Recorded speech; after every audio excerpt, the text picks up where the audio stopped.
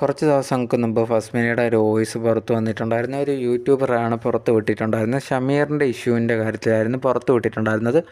ഇതേ കണക്ക് തൊപ്പിയും ഈ ഒരു ഷമീറിനെയും ഈ ഒരു ഫസ്മിന അവനുമായിട്ട് തൊപ്പിയായിട്ട് റിലേഷനിലിരുന്ന സമയത്ത് കാണാൻ പാടില്ലാത്ത രീതിയിൽ കണ്ടിട്ടുണ്ടായിരുന്നു എന്നുള്ളത് ഫസ്മിന ഈ ഒരു യൂട്യൂബറിൻ്റെ അടുത്ത് പറഞ്ഞതായിട്ട് സംസാരിച്ചപ്പം പറഞ്ഞ കാര്യമായിട്ട് വോയിസ് ക്ലിപ്പ് ഉണ്ടായിരുന്നു. ആ ഓഡിയോ പുറത്ത് വിട്ടിട്ടുണ്ടായിരുന്നു.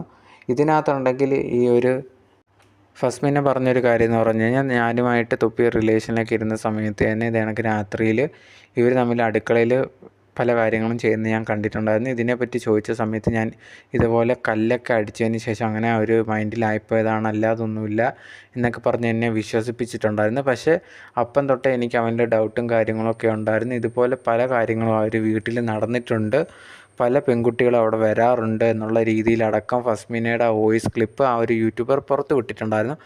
ഇതിന് ശേഷം കുറേ അധികം പേരുണ്ടെങ്കിൽ ഈ ഒരു ഷമീറിനെതിരെയൊക്കെ നെഗറ്റീവായിട്ട് കാര്യങ്ങൾ പറയുന്നുണ്ടായിരുന്നു.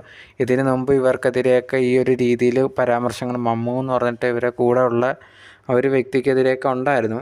എന്തായാലും ഇതിനൊക്കെ ഇപ്പം മറുപടിയായിട്ട് ആ ഒരു വോയിസ് സത്യമാണോ എന്നുള്ള രീതിയിൽ മറുപടിയായിട്ട് ഇപ്പം ഫസ്മിന വന്നേക്കുവാണ്. ഫസ്മിന പറഞ്ഞൊരു കാര്യം എന്ന് പറഞ്ഞാൽ, ഈ ഒരു വോയിസിൽ പറയുന്ന കാര്യങ്ങളൊക്കെ സത്യം തന്നെയാണ്. ഞാനാണ് ആ ഒരു യൂട്യൂബറിൻ്റെ അടുത്ത് സംസാരിച്ചിട്ടുണ്ടായിരുന്നത്. പക്ഷേ ഇത് പുറത്ത് വിടും അല്ലെങ്കിൽ ഇതൊക്കെ റെക്കോർഡ് ചെയ്യുന്നുണ്ടെന്ന് ഞാൻ അറിഞ്ഞിട്ടില്ലായിരുന്നു.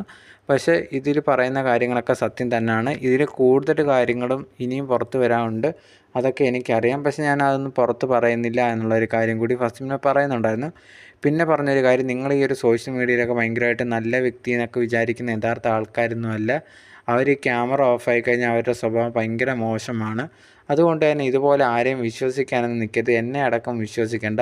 നിങ്ങളുടെ ഇതേ കണക്ക് ചിലവർ ഇതൊക്കെ സത്യങ്ങൾ അറിഞ്ഞാൽ പോലും ഇതൊന്നും മനസ്സിലാക്കാതെ അവരെ സപ്പോർട്ട് ചെയ്യുന്ന കാണുന്നുണ്ട്.